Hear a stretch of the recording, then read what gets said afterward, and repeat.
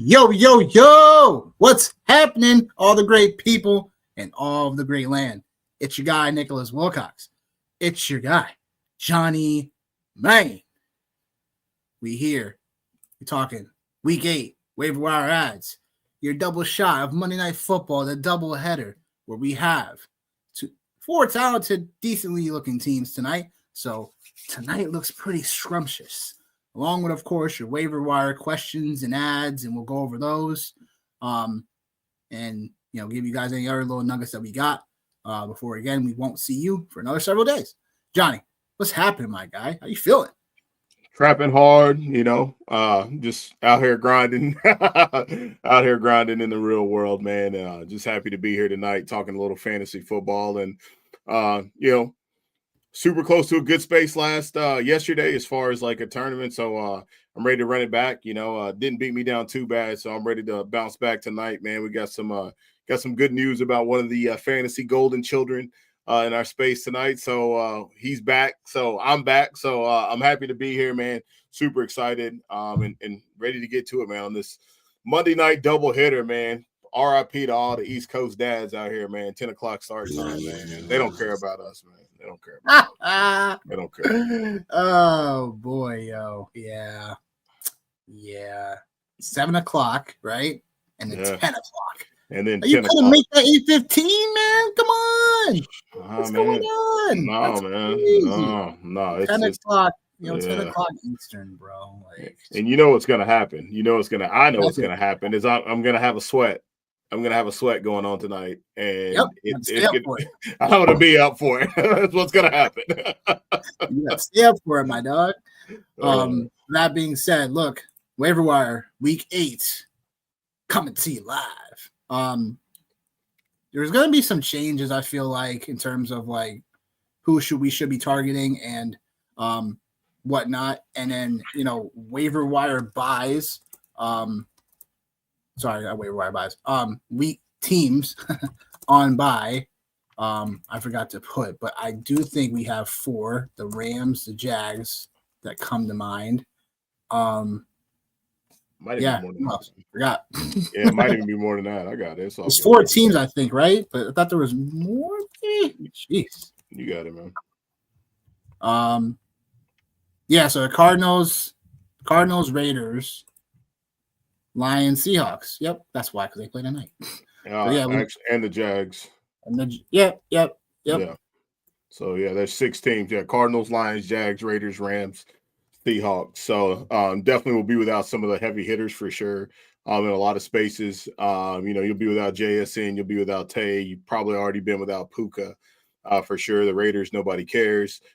Jags, Travis Hunter was starting to catch a little bit of fire, man. So we will be without him. And then Amon-Ra, Laporta, who's actually been having like a really good year, man, so far. And obviously we know about Sonic and Knuckles, and then whatever you want to call the Arizona Cardinal offense. So definitely yeah, right. Or I can't let it go. What we call the Arizona Cardinals right here, 6'7". You know what I mean? That's the Arizona Cardinals right there. Oh, yeah. That's why I'm here. You did not do that just now. I just went 6'7" on them, man. I just went 6'7". Oh no. Yeah. So that's that. I think the description of 6'7" is really that's the best description for the Arizona Cardinals for sure. So yeah.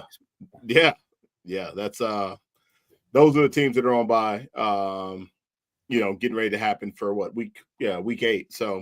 So plan accordingly, man, because the waiver wire is going to be aggressive. Ad drops are going to be aggressive. Probably a lot of these, players too on these teams are, probably have winning records. So it's a good chance for people that are out of the playoff race to get back into the playoff race if you play it right. We're going to give you the best advice we got tonight, man, to be able to make sure that you're competitive during this bye. So yeah, man, let's get to it, brother. 100. Let's get to it. Totally.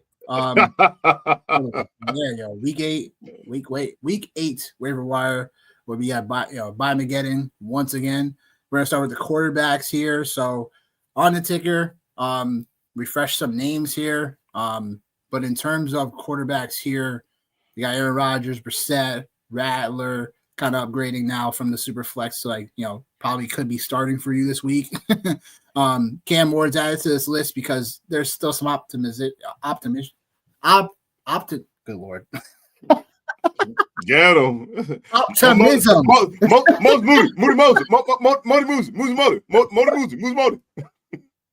Optimism. Go ahead, Big Perk. Go ahead. You know what? You better shut up. Then we got some super flex quarterbacks. So, where do you stand with all these names? Your guy Aaron Rodgers is here. Obviously, again, we have 6 teams on bye next week. So it's more like now it's like there's super flex options, but also it's like if you got leagues that are people are stashing their quarterbacks or whatever, it's like, oh Lord, like so you might have to start Tyrod because Justin Fields may not have his job anymore. So what do you say, Johnny? Yeah, between that, man, and just like random injuries like at the quarterback position like this week too, man, like just a lot of like all uncertainty just overall.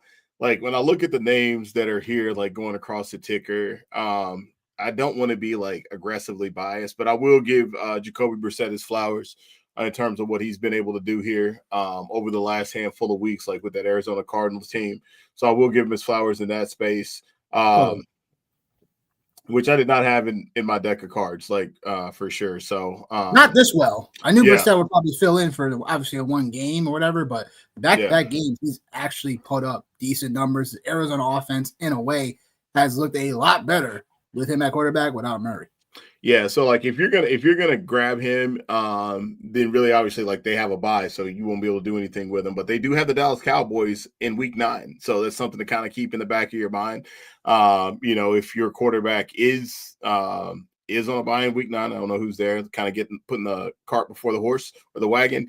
But Aaron Rodgers would be the guy, man, like for me. And like I say that like very unbiasedly, like in this space, like when you look at the other quarterbacks that are on this list, a lot of either backup quarterbacks or like full first year starters, like in this space. Right. So like when I look at the names on here, I mean, Spencer Rattler's got the Bucks next week. So we all know what that means. Again, a pace up spot. Big perk. It's a pace up spot. Again, that Caleb Williams wasn't able to take advantage of this week. I think, we kind of talked about that a little bit, but Aaron Rodgers and Spencer Rattler are the two names that really pop off the list for me. One guy who we don't have him up there.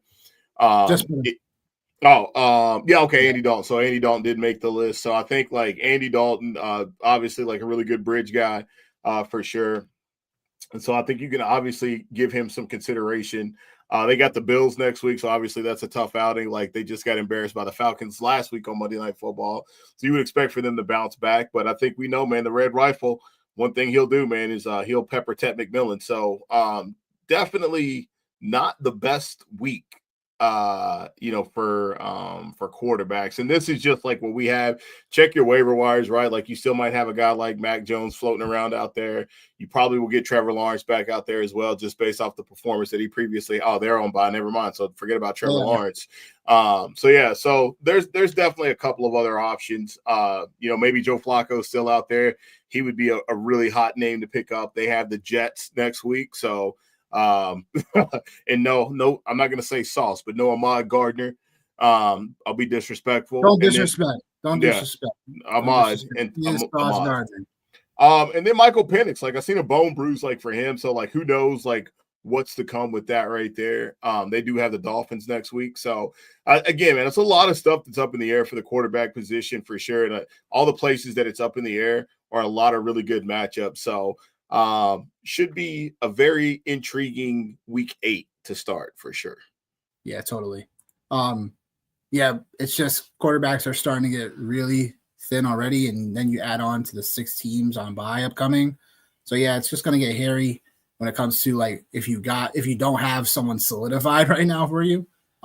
Luckily, what I'm saying, for people at Josh Allen, Lamar, they got no quorums about it because Lamar is expected to come back for week 8. So there's that. But yeah, I mean, all these names on the list, like, again, like even with Brissett, even though he's on the list, he's on bye. You know what I'm saying? Like, it's tough. I guess I would watch to see if Tyrod starts because that's something where I think he still provides, some rushing upside. And when it comes to that, like, yeah, I mean, I would take a stab at it. I like Spencer Rattler too on this list because he's just been, for the most part, he hasn't really, turned the ball over or anything like that. Like obviously he did it this past week, but it hasn't been as egregious. He's still 8 touchdowns, 4 interceptions on a year. And he's consistently put up at least over 200 yards passing. So he's a nice little stopgap if you need someone. So it doesn't look like he'll lose his job just yet. But it looks like, again, Kendre, we'll get to it, but Kendre Miller is out for the year now, torn ACL. So that could impact some things for the offense in terms of just like consistently throwing the football more, or again, getting Kamara fully more involved via the pass. So, I mean, there's these options here. And then there's Cam Ward, who's just, again, interesting, right? After all these weeks, it's like, was it really the Titans, schematically there, or was it more like, all right, like it was, this offense still had training wheels. So they did okay for like the first like half of the game, and then all of a sudden just it wasn't that pretty. But again, Cam Ward could probably be started in a spot where, again, you might need him as well. So, but yeah, like you said, pay attention to Carolina news, because obviously I think Bryce Jones is definitely going to be out this week because he has a high ankle sprain. So, I mean, Andy Dalton, he has weapons around him in Carolina that he can at least be a nice little stopgap for you too. So, that's probably something I'm paying attention to across the board for Andy Dalton if I'm in this type of situation where it's like Aaron Rodgers, he's not out there. It comes down to any of these other pieces. And Quinn Ewers on his list, only reason because, Miami could blow this thing up at any moment. Mike McDaniels could be let go. This whole offense could get traded. Like, there's all these rumors about Waddle and stuff like that. Like, there was talk about Devon Achane getting traded to Seattle, which I don't like. So it's definitely a situation that could blow up at any moment. So there's you just have to pay attention to everything that's happening right now when it comes to this type of stuff. So with Miller hurt, the Kamara trade rumors. I don't think Kamara's going anywhere because he's really voiced that he doesn't want to go anywhere. So I don't think he's absolutely going unless the Saints get an offer they really cannot refuse, and they do it for the best for the organization and for their future. But I mean, we'll get to the running backs in a moment. And we have Hunter Traven House. What up? What up? You got a Steelers picture for you? Okay. Represent. What you got for us, my man? Let us know. But anyhow, we're going to the running backs here. And with the running backs, we have a few decent more options than we did the previous week when it comes to the position that's ever changing. But I mean, some of these guys still probably not owned in enough leagues. Probably the Chargers are probably a lot more readily like not available. The Kyle Monangai, right? Kyle Monangai, Brashard Smith comes to mind, obviously still in this list. Tyrone Tracy is a new name to this list. So who are you liking out of this list in terms of like maybe like you're worth, you're ready to risk it for the biscuit of some of these guys in terms of if you're in a pinch this week? I don't know, man. It's not a very sexy list again, man. Like I think like some of the names are guys like we've seen out there, so probably gone. I think Tyrone Tracy's probably people that dropped him in like in more shallow leagues. I know in one of my shallower leagues, he's been dropped. Brashard Smith is still floating around out there. I know, like in shallow leagues, that's the place really. Kyle Monangai, I guess would be that, but even like with what happened for him this week, 46% as far as playing times, and so I mean 31 snaps for him. And the touchdown obviously, makes it worthwhile, although 6.2 yards per attempt, it's nothing to sneeze at as well. Man, I think like if you're looking for somebody to start and play now, I mean, it feels like Brashard Smith would be the guy, but Brashard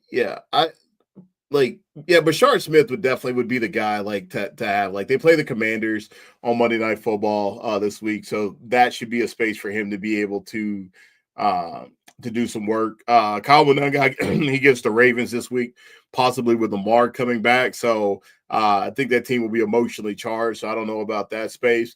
Blake Corum's been low key been getting on the field quite a bit here, more than what we would expect, I would say. So it's just not a very sexy list, man. And there's not like a lot of really great options, in my opinion.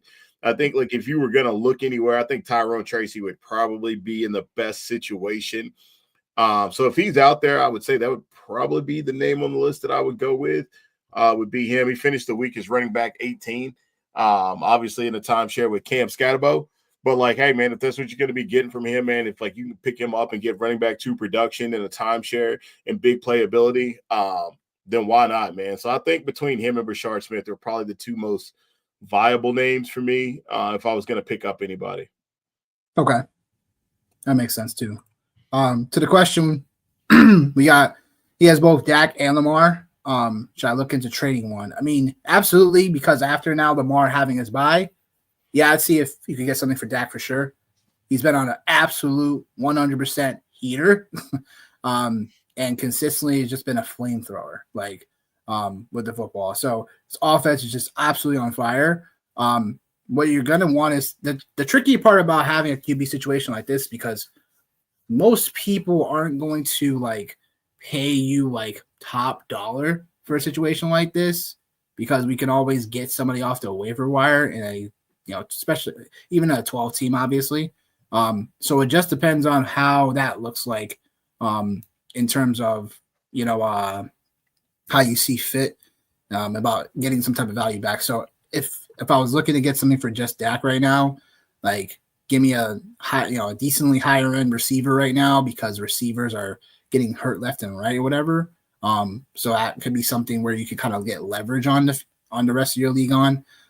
Clearly a decent running back would be best one-on-one. Or again, you put Dak in like a 2-for-1 for like a leader talent. For if you want to creatively, like, you're not going to be using him, you can't start him. So it's like creatively trying to get rid of him is in that regard would be best. Any advice, Johnny, for this?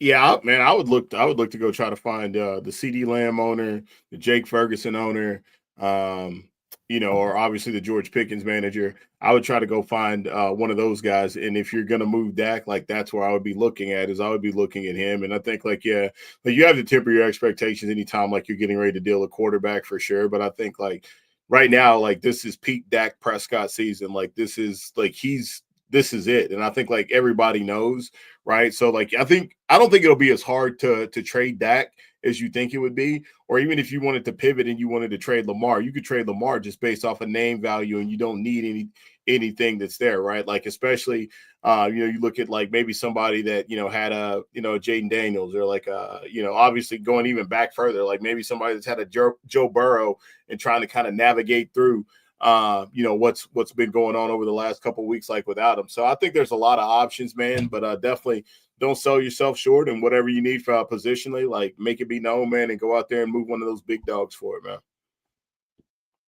Yeah, I mean, I like that too. It's just I know Dak Prescott and these Cowboys. He's got Pickens. He's got Pickens. Yeah, he's got Pickens. But like he was saying, it doesn't really change much. Really, no, for him, no.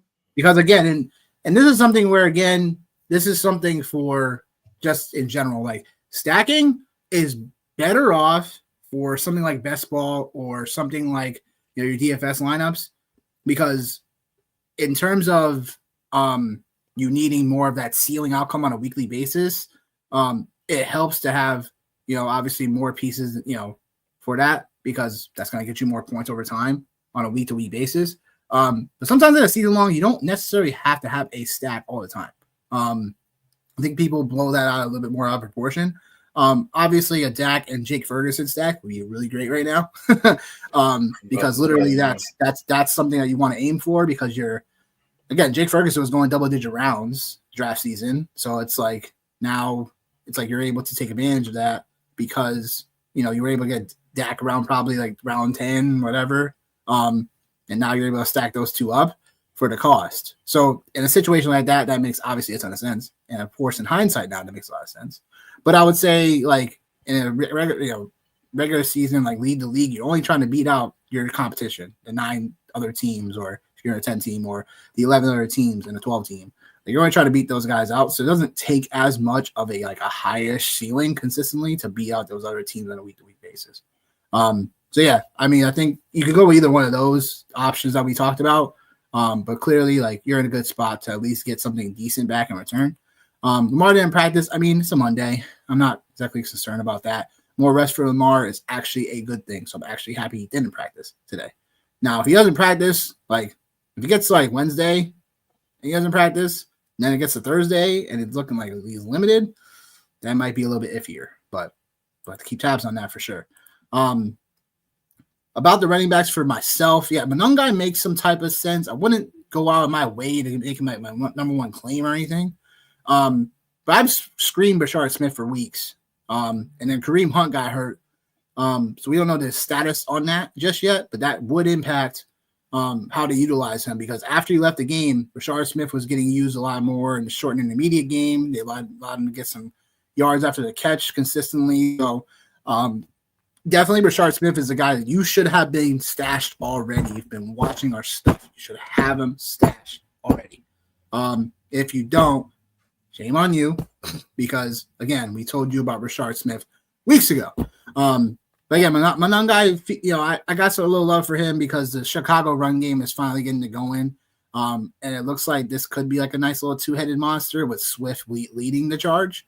So, again, I think this is something where I'm not going to go like completely out of my way, you know, to put Monangai on my bench. I'm not going to spend like a number 1, number 2, number 3 claim on Monangai. And I'm not going to spend like $20-something or whatever out of my budget to get Monangai.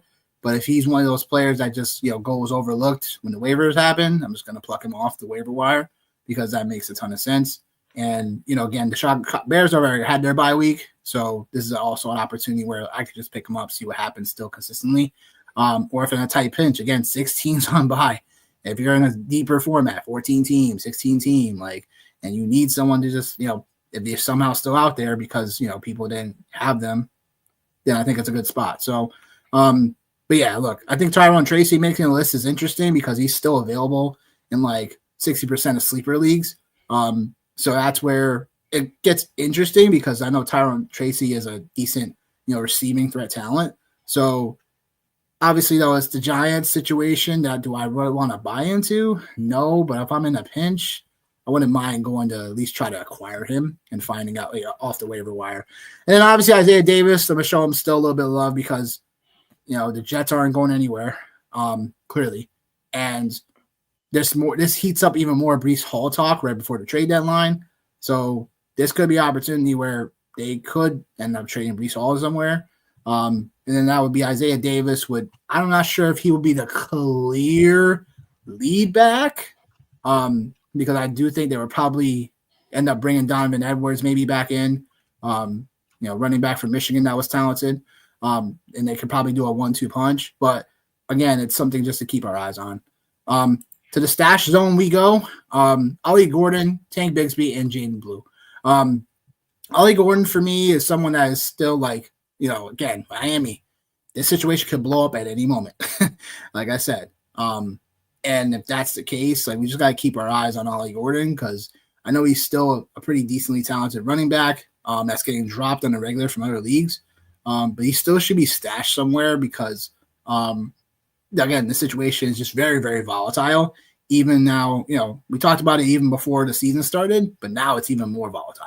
So definitely keep your eyes stacked on that. Tank Bigsby is someone that, you know, Barkley kind of came up a little bit, you know, gingerly last week.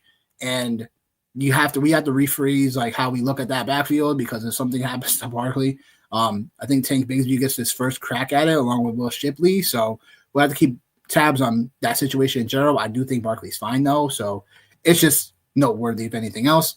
And then Jaden Blue is someone that, you know, I haven't forgotten about or gave up on. I'm just watching him more from afar because Javonte Williams has just been, you know, really the guy that we thought he was going to be last year. So, you know, that's just, you know, what it is. Like, you know, he's going to be next year's Judkins, right?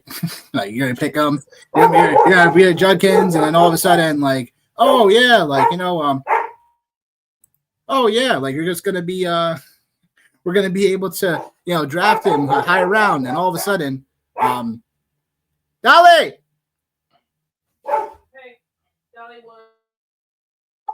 No, there you go. Gotta love pets. That being said, what I was saying is that we just have to keep tabs on the situation with Javonte because he's been blowing up. But as far as Judkins goes, he is someone that if we draft him next year, right, high, and then all of a sudden, like, okay, like, is he gonna actually perform or what? So, yeah, like, yeah, my dog was, where the dog's at is right, like literally. I mean, where's the Amazon person? Because I'm kind of fearful for him. Love it. Love it. Anything to know about these stash guys at all? I would say I think Ollie Gordon is probably the one, I guess, like for me, that I would like pay the most attention to. And it's just because, like, again, like the Miami situation, like we don't know what it's going to be. I think like the fact that, like, you know, they didn't do McDaniels today, man, that says a lot. Like that says a lot. You know, I love it. I love it. But yeah, like I think like with Tank Bigsby, I think, like, I don't know, man. It's the Philadelphia situation is weird. Like if Saquon's not doing it, like I have almost little to no faith like in Tank Bigsby. And then Jaden Blue, like, you know, like, yeah, it's from afar, man.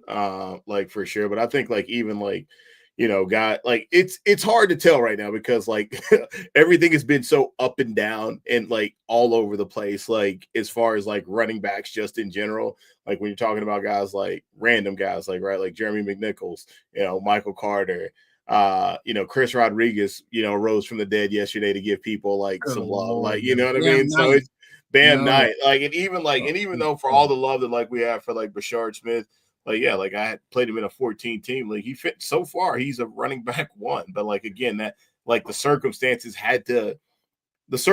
situation had to be what it was. It was a blowout in order for him to get the run. So, yeah, it's just not a good place to be going into a bye. Yeah, this is something that, you know, again, like I had a little bit more faith for Saquon this year, but he definitely doesn't look the same Saquon. And again, it's only because those longer runs aren't there. You know what I'm saying? And sometimes that's part of the offensive line. You know what I'm saying? Not opening that, you know, that situation up enough. But other times it's like, you know, again, like it could just be Barkley just kind of, you know, just being, you know, sapped of his energy just a little bit.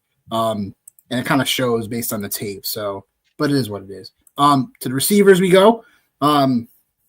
We overall have still guys. Iron Manor that we believe in. He's still available in 46% of sleeper leagues. That's why he's still on this list. Along with Jaden Higgins, who, you know, you want to do a little sneaky move tonight, pick him up now. If he's still on the waiver wire, pick him up now. Because there's no Christian Kirk tonight, and I think he's someone that, you know, the post buy stuff, all that, like you want to get him a little bit more involved. Like, I do think Higgins can be someone that, you know, we look back on, you know, he had 4 catches, 32 yards last week. Oh, there's some news. Adam Scheffler just said that Tyler Lockett just got released. That's not news, but something to be watchful about. Go ahead. No, go ahead. I don't appreciate you doing that, all right? Like, what do you mean you don't appreciate me doing that? It's not news. No, I didn't say it wasn't news. I'll tell you when it's not news. I'll tell you when you said it wasn't news. No, I'll tell you when it's not news. Yeah. When it's irrelevant, I'm like, well, that, like, I mean, I could have lived the rest of my life not knowing that, and I probably would have been just fine. Oh God! Yeah. Breaking news: the second string tight end is now getting ready to get practice reps. Breaking news: the Los Angeles Rams are up 21-0. That's not breaking news. That's not breaking news. All right, go ahead. I'm sorry. Oh my goodness. But yeah, to pay attention to some of these like receiver situations, I think Jaden Higgins is someone I've been prioritizing and trying to keep on my benches for as long as possible. I do think the situation is going to spell for him to, you know, split. You know, Nico Collins can't do it all himself. Dalton Schultz is so. I think Jaden Higgins is someone you should be prioritizing still. Mooney's made the list now because it just that Atlanta offense just looks a little different when he's back on the field. You know what I'm saying? Drake London doesn't get consistently peppered with targets anymore. It just seems like when Darnell Mooney gets himself in there, he's pretty impactful in a way. So there's that. But some of these situations, it's like, you know, it's kind of looking like for, you know, stashes in a way here. Like not exactly guys to really start this upcoming week, but, you know, Xavier Legette had over, double-digit targets this past week. Scored a touchdown, 90 yards receiving. Like, it was weird, to be honest with you. But the Jalen Coker came back and he didn't do anything. So there's that situation. The burden's still here. The Raiders receivers are here because they're going to have to do something different. They have to do something different. Jacoby's been talking about wanting to get traded for weeks. Brock Bowers won't be back till after the bye, most likely. But they got to do something differently here with that offense for sure. And then Christian Watson, Jaden Reed, a couple Packers that have just been obviously injured. So those guys, if they're not, if you leagues have IR spots or if they don't, like, you can still be able to probably grab one of those because there's some people I'm seeing trying to get Christian Watson or whatever and stuff just to kind of see what happens. But those are kind of guys that, like, if you're not in love with some of the receivers, you just want to change them out or whatever, they're kind of worth it in a way. So your thoughts on all this? Xavier Legette would probably be the direction I would be leaning out of everybody on this list. Okay. And the reason why is I think, like I had said, like, I think matchup wise this week, I think they have a pretty nice win. Oh no, they have the Bills. But like, I think too, like, one of the things, like, no, it's not. For some reason I was thinking like Bengals and Jets. But no, I think like one of the other reasons why I like for him is like, he can also do some things like catch after, yards after the catch piece. So I think like that's a piece for him. And I think too, like, you start to talk about like year two receivers and like them making moves and things like that. And I think obviously we have to take it with a grain of salt, obviously, because of the competition he was playing against on Sunday. But like, he's somebody that like I've always been a fan of him outside of his country accent, which I absolutely love. I just think he's tough. He's rugged. He's one of those type of guys. Like, he reminded me a little bit of Debo. Not because like they went to the same college as well, but just because just some things that like I thought like I would have liked to have seen Carolina use him in a little bit of a different fashion in terms of like screen, short game, and reverses, things like that right there. So like, I don't know, man. Like, yeah, I think like if you were telling me that like, hey, like I had to make a decision off the names on this list, like that would be the first place like I would go. If it wasn't him, then I would be looking at Torrey Horton. But the problem with Torrey Horton is like Cooper Kupp isn't going anywhere. Torrey Horton is playing a lot. He's a wide receiver 3, but he's never going to supplant Cooper Kupp unless there's some kind of injury, which ironically enough, like two of the guys that I'm sidebar, like, CMC and Cooper Kupp, like two guys that were like, couldn't stay on the field are actually still alive in week 8, which is like, well, Cooper Kupp's getting ready to take the field, but like halfway through the season and they've made it. So that's just a weird call out, like for sure. And then like the Tennessee situation, man, like you had talked about Alec Aminor. Well, of course, they would have to bring up another wide receiver that I don't even know how to pronounce his name. Chimere. I was going to add him. But my whole thing with that was I know Calvin Ridley could be coming back next week too. So that's. But it's just in the space of like the Tyler Lockett release. Like that literally is just like right now. Like it's literally there. But like you look at him, like over the last 3 weeks, like his playing time has increased every single week. So I think like there's that. It's not anything to write home about, right? Like it's nothing to write home about. But I think like too, like with the release of Tyler Lockett, it's like, all right, like the Titans understand the future is now, and this thing actually didn't get better. It actually got worse, which is kind of crazy to say. And then you still have like, some of the random players that are floating around out there, right? Like your boy Tyler Johnson from the Jets. Like, I mean, he landed in like at top 30, right? So like, I mean, for all intents and purposes, catches 60 yards. Yep. Yeah, I mean, he's wide receiver 3 if you want to take it there. So again, like Darnell Mooney, like I do like him, man. Like I've always been a big fan of his, like for sure. He played a lot. He was on the field. Very underrated. Yeah, he was on the field a lot yesterday. But definitely a big play waiting to happen for sure.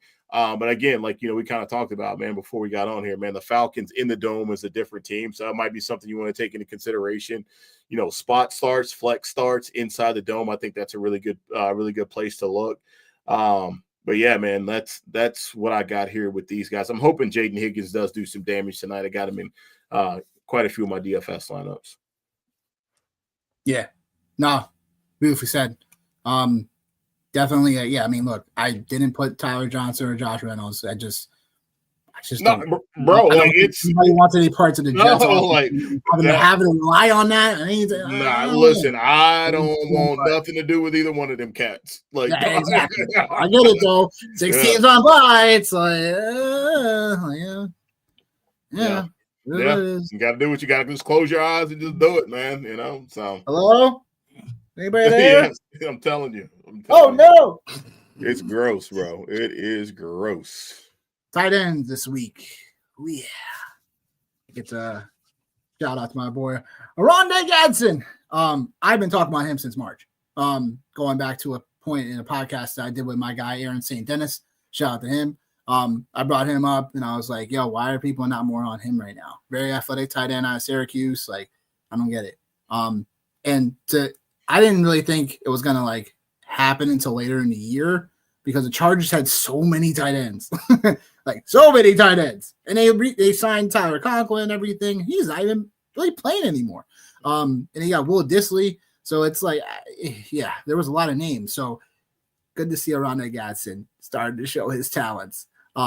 He has been a deep receiving monster overall, and that's what's leading to him having all these receiving yards. So obviously, if you're needing tight end help. He's someone that I definitely think, is definitely gonna be serviceable, hopefully moving forward. Even with Quentin Johnson, he did this with even Quentin Johnson back. So I'm not, he's just someone that's gonna be a thorn in the side if you have Ladd McConkey as well, because look, like Keenan Allen was actually doing this thing as well this past week. So with the Chargers just constantly in throw mode this week. So Gadsden's someone I think you should definitely prioritize this week with picking up.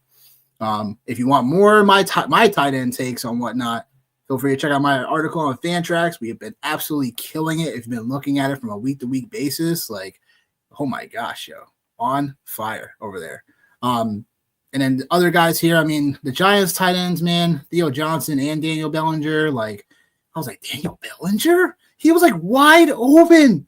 I was like, how did he lead? Oh my gosh, it was wild. Like he was like pretending to block, then all of a sudden just ran down the freaking inseam line for a touchdown. I was like, yo, this is crazy. But kudos to the Giants because they gave Denver hell yesterday. But in terms of that, obviously the Seattle situation we're watching out for tonight. My guy AJ Barner, but Elijah Arroyo is still someone to monitor. So we have to keep tabs on that for sure. And obviously Taysom Hill, who could at any moment, just really be a nice Swiss Army weapon from week to week basis. So, anything else to add, Johnny? Daniel Bellinger, I wouldn't really. I know he's on the list, right? But I get it. I had to put him on there though. But just like I'm just giving a disclaimer to the people. That's it. Gotta give context. I know. Gotta give it. 48% route participation. So just be mindful of that. Like if you're in deeper leagues, obviously that makes sense. Aronde Gadsden, obviously that is definitely that he is the cream of the crop for week 8. So there's nothing more I have to add for context for that right there. Taysom Hill is probably already picked up, and if he's not picked up, then you should pick him up because we just talked about Keandre Miller and the injury there. So Keandre Miller and the injury there, more likely than not, there's your in between the tackle running backs now, or running back for the New Orleans Saints is probably Taysom Hill. So the value of Taysom Hill is now through the roof for the second half of the year. As you were talking about the Swiss Army knife. So definitely a red zone monster. Might not get you a lot of yards, but when they get near the red zone or inside the 10, you can guarantee Taysom Hill is going to have something to say about what happened. So that's really it, man, for me, as far as tight ends. Yeah, beautifully said. Taysom Hill should be someone that if he's out there still, you make sure you grab him just to watch out what happens. But yeah, did you guys know over the last 4 years there's been more touchdowns from backup tight ends than starters? Huh. Interesting. Thursday night special, baby. The Thursday night specials. Yeah, pretty much. Yeah. Saw that a lot this past freaking Thursday. Yeah. Gee Louise. But yeah, look, tight ends, that's what we got for you. So to Monday Night Football we go. We have 12 minutes or so until we get our DFS lineups in. And also we talk about the Bucks and the Lions. Double shot of Monday Night Football. Bucks, the line's been changing. It's been 5.5, 6, 6.5. I saw 6.5 before getting on, and it dropped to 6. So depending on what your books got, the Bucks are getting 5, anywhere from 5.5 to up to the 6.5. So Bucks going into Detroit tonight, take on the Lions, over under 53.5. I think it's now 54.5. Again, check your books for this type of stuff. It's been constantly changing. But anyhow, this should be an interesting matchup because both of these teams are coming into this match. Like Detroit, obviously coming off a sour note against Kansas City, turning back home. The Bucks riding high right now, 5-1. So, what do you say this game, Johnny? What are you excited about for this one? And who do you got? For me, I'm taking the Lions at home. I think like this is just like a really great spot for them. They're at home. It's Monday Night Football. Pretty sure the last game was against the Chiefs on Sunday Night Football? Sunday night? Yeah, I feel like it was Sunday Night Football their last game.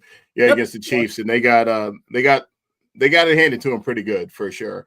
The one thing we do know, just for any type of context, is we know there will be points that will be scored in this game from both ends. Looks like Emeka Egbuka is a full go tonight. Looks like Mike Evans is a full go tonight. Yes. So this is exactly like what we wanted, was a situation like this. I will throw this out there. I do have the Lions, but man, oh man, no Avonte Maddox, no Kirby Joseph, Terry Arnold, all gone tonight. No Brian Branch either. Yeah. Oh yeah, he's not on it. Yeah, for whooping Juju's ass, he deserved it. Yeah, that was punkish. But I will say that people talking smack, and it's like, do I want to shake your hand? Not really, because you were talking shit, get hit. Talk shit, get hit. That's all it is. Talk shit, get hit. I mean, I'm just not gonna shake your hand. You know what I'm saying? I gotta do nothing else better than that. Yeah, well, good game. You run across the wrong one. You run across the wrong one. Yeah, like. Hey man, listen, I'm just saying, like that's just what it is, right? But both of these quarterbacks, man, like both of these quarterbacks are absolutely cooking. Baker Mayfield so far in the season, 12 touchdowns, 1 interception, QB rating over 100. Same thing with Jared Goff, 14 touchdowns, 2 interceptions, over 120 QB rating as well. So like this is what we want, man. This is should be a great Monday Night Football game, for sure. So should be a lot of points. Should be a lot of points scored tonight, but I just have a feeling that the Detroit Lions are going to find a way to be able to win this game tonight. It's going to be a close game, but it like playing inside the dome, man. It's definitely it's something different. And then with Ibaka, man, like because I just want to touch on that. Like I think it's very difficult with a hamstring, right? Like because none of us know, like obviously, like how good he is, and like, does he come out tonight, and is he more of a decoy? I think. Thank you for bringing that up. Like, is he more of a decoy than anything else? You know what I mean? And if he's a decoy, and they just, hey, early on, just throw him the ball just to get him in. You're like, he was right. Like, it could be an NFC Championship preview. Oh, you got it. It could be like 1,000%. But like, is Ibaka, is he a decoy tonight? So I think there's a lot of things to unpack. Also, to the Bucks, they don't have Bucky Irving as well. So this, I can't remember. I think I may have been on a different pod or something, or talking with somebody else. But like, this is like the Buccaneers, man. Like they are the real deal. So I'll take the Lions on the money line, but I'll take the Bucks to keep it close, and I'll also take the over as well. Yeah, there's a spot I wouldn't mind teasing up the Bucks to a 7. Just because of all the defensive injuries, and you're getting a good amount of offensive weapons back. And yeah, like you were saying, like just with the George Kittle situation last night that we got burned. Oh my God. You know what I'm saying? Like he was such a decoy. He was literally used in the blocking game all dang night. So this is something where, again, it's just one of those things like, they say down south, decoy or player. You know what I'm saying? So it's like, all right, well, I don't know. I just don't know. I'm not touching any Mike Evans lines tonight because I just don't know. And it's something you just got to keep in mind. Like, I don't know. I trust Evans more than I trust Ibaka tonight. And everything, I just couldn't do it. Like, if you get unofficial bet Mike Evans over 4.5 catches, but I just don't know. I'm doing it live right now. I'm doing Mike Evans touchdown. We're doing it live. You know what I'm saying? But I just don't know. I don't have enough reassurance. I'll just say that. But Haywood's asking if the field goal touchdown prop is decent for each half. I don't mind that because that's totally possible. And yeah, you could tease up to the 7.5. You know what I'm saying? Because that's a good way to do it. Just understand that the odds go way down when you do that. So that's just overall apparent. But I'm taking Detroit here in this spot. I think that. Oh, sorry, not. I had something that. So with Detroit, they are 11-0 against the spread, coming off a loss the week prior, and that dates back to I believe 2018. And they're against the spread 9-3 as a home favorite of less than 7 points. So the 6.5, like I think Detroit can still cover. So I'm gonna take Detroit here because I do think their offense like is gonna, somehow outduel Tampa Bay, because I just don't know how healthy these weapons are, and realistically, like they're coming back, but it's like again, something in my mind is like week 9's coming up for them too. So I'm a little surprised that especially if Mecca is playing tonight. So I mean, look, they can make me look foolish and be like, oh no, these guys were healthy all along. Like, oh, okay, you just were masking everything for the whole public. Got it. Being a bunch of grimy assholes. Got it. So that could happen too, but again, there's could be some things where I just like Detroit here in this spot. I know the defensive injury stuff there too, but they still have a decent pass rush as well. So I'm just gonna take Detroit here and give me the points as well. The over I'm gonna take because I do think Baker is gonna be something where he's got to keep throwing in order for him to stay in this game. And technically both sides need to do that as well, but that's just kind of how it is. And where is it? There we go. So Baker over 56.5 passing yards, getting a good amount of his weapons back opens things up a lot more as well. So I do like that as well. And obviously, football bets. I like Rachaad White over 21.5 receiving yards. There have been 5 running backs to have at least 3 catches or more. And then 4 running backs have had at least 21 yards or more receiving against this Detroit front. Detroit is a overall team that allows an 84% catch rate to running backs underneath, and they allow 8.7 yards per target. So that is where I kind of like Rachaad White for sure. The other bets I like are JSN over 6.5 catches. He's just been a target hog. If Seattle's going to be in this game, it's going to be through JSN. So that's something where I definitely like that. Gibbs over 26.5 receiving yards. Going back to the statistic that I actually wrote up for Gibbs that I just said, Bucks allowing 8.7 yards per catch at 84% catch rate.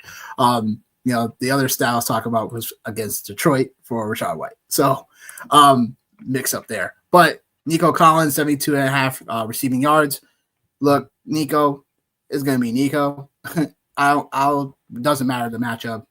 If Houston's going to have any chance to be in this game, it's going to be through him as well. So this could be a back and forth, like sluggish battle between 2 defenses with the Seattle game. But I do think both Nico and Amon-Ra make a ton of sense to overall start. And then lastly, Woody Marks, 15 receiving yards or more. Seattle has been another defense that is allowing a ton of catches to the running backs. They allow 43 most receptions. Sorry, they have 43 receptions to running backs in the season so far. And they allow second most receiving yards to running backs as well. So I definitely like this for Woody Marks. That line is definitely too low. I know Nick Chubb's going to be playing, stuff like that, whatever, but I still think Woody Marks is the guy that we need to be still prioritizing. Yeah, great show is right. Yep, great show. But going back to that game in terms of the Texans game and what we like in that one, give me 1 second. I am all over the place right now. There we go. The Texans and the Seahawks. What do we like here in terms of the line, these teams? I know what we don't like, the 10 p.m. start. Bro. Listen. The 10 p.m. start we don't like. God. Like I turn into a mild insomniac anyway, like when I get into bed and like I You, huh? Really?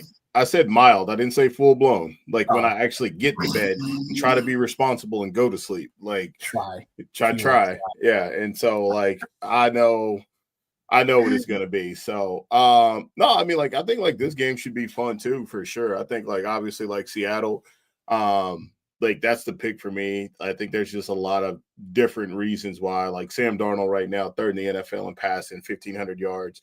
You know what I mean? So like he's definitely doing his thing. JSN, again, like making an argument to be like the best receiver in football for sure.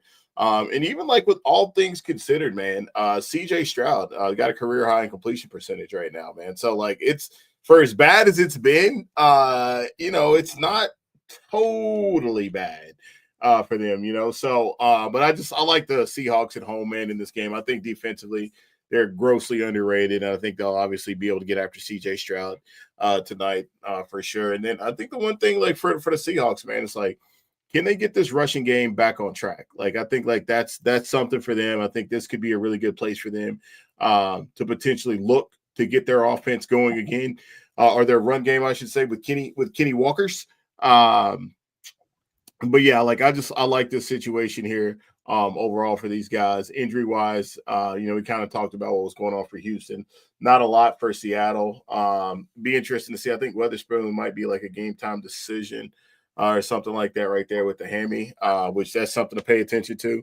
Because if so, then we know it's obviously wheels up for Nico. But yeah, man, just give me give me the Seahawks, man. I think they're one of the most underrated football teams in the NFL. We just talked about like an NFC championship preview in the previous game. I think this team definitely would have something to say about it, even if you look 2 weeks ago, 35-38 against the Buccaneers. So I think this is a really good football team. Might be the best team in the NFC West, depending on who you ask. So give me the Seahawks, man. I think you're right. I just don't trust CJ Stroud on the road constantly. So this is just a spot I'm not sure like what they're going to do tonight in this spot. I just know Houston's defense is going to keep them in it. Yeah. That's one thing I know. The question will be, will CJ Stroud rise to the occasion on the road? I wish like the line was a little bit better for Houston to take because the line's right. I have a tough time taking, just CJ Stroud on the road. His offensive line scares me. If they get to CJ Stroud tonight with the pass rush, it could be a long night for them. So give me Seahawks as well. I think I like the over just a little bit, just because I know CJ Stroud's going to keep on having to keep on throwing the football tonight. And Seattle, if they get their run game going tonight for some odd reason, could be a long night for these Texans in general. So give me the Seahawks in this spot. Well, wait a minute. Aren't you a Cardinals fan? Hey, man, you got to live in reality, baby. You got to live in reality. I feel you, Haywood. Hey, you got to live in reality, baby, because that is again, man, like I said in the preseason, and I know it's, just I'm weird. I can't help it. But like seeing them in the preseason. Yeah. But of course, you know me, Mr. Preseason over here. Like seeing them early on, man, and seeing like what they were doing with Sam Darnold and seeing like what their run game looked like, and just like some things that like they've done like youth wise, like with pass catchers, and they have somebody in the current with Cooper Kupp, man. Like they're setting themselves up for like a really good situation. And I don't try not to give too much credit to anybody that's ever been associated with the Baltimore Ravens team, but I will give that to the Seattle Seahawks head coach for sure. So and last call out too, actually, CJ Stroud. 75 of 104, 745 yards, 7 touchdowns, and 2 interceptions when not facing the blitz. The Seahawks are the lowest in the league as far as blitzing. So there is a pathway for CJ Stroud, to get there in this game to be competitive. So. No, yeah. Yep. It's just, again, the reason why Seattle has been not blitzing as much because they get home without a blitz. So that's the, imagine if they do start playing. Yeah. But no, yeah, there is a caveat. There is. But yeah, I mean, look, might be one of those things where I'm like, okay, well, if the first series doesn't go well for CJ Stroud, I'll just take his passing yards over. Yeah, right. Live betting. Oh my God. No, listen, man, I'm a C+ student. Right before you go to bed, Johnny. Do it right before you go to bed. You got to do it live. Listen, man, I'm a C+ student. I love to see the answers to the test first. Love to see the answers to the test. Love it, yo. All right. Well, yep. Johnny, I'm going to ask you. I don't need any miracles tonight either. I have completely won. My biggest ask tonight is that the Seahawks win, the Lions win. If that's the case, then that'll make for a pretty good week for me in picks. Be only one loss for me this week, which would definitely be dope. So hoping to cash in here locally in some of my local pools as I am the shark over there. So that would be nice. And then obviously hoping the DFS hits and hopefully your Monday Night Miracles come through for you for sure. And again, if you're playing me, you can do good, just not better than me. And second place is all right. Go forward. Yeah, I mean, look, Monday Miracles for me. Woody Marks tonight has to go off for me. Woody Marks has to go off for me. That's all I'm gonna say to it. Woody Marks season scoring like 3 touchdowns tonight, bro. Damn, getting two graded. receiving, 1 rushing. You know what I'm saying? Like, who knows? Might do an anytime touchdown bet now for him. But besides the receiving yards. But yeah, yep, that will do it here for the fantasy football show. Me and my guy, we out of here. We'll see you guys the next time you'll see us. If you want to see us on Twitter and X, stuff like that, y'all know what to do. Please show some love to Facebook, show some love to the YouTube channel, obviously. And Spotify, man. Subscribe to Spotify, man. Let's do that. Yeah. Let's go to Spotify as well. Yeah. Spotify's like what, redhead stepchild, I guess. I don't know, man. I'm just trying to get some people to subscribe, man. That's it. Oh, wow! Already, Jahmyr Gibbs cashed his receiving yards already. Love it. Crazy. Gotta love it. Love it. All right, my people. We out of here. We see you guys in the next one. Peace.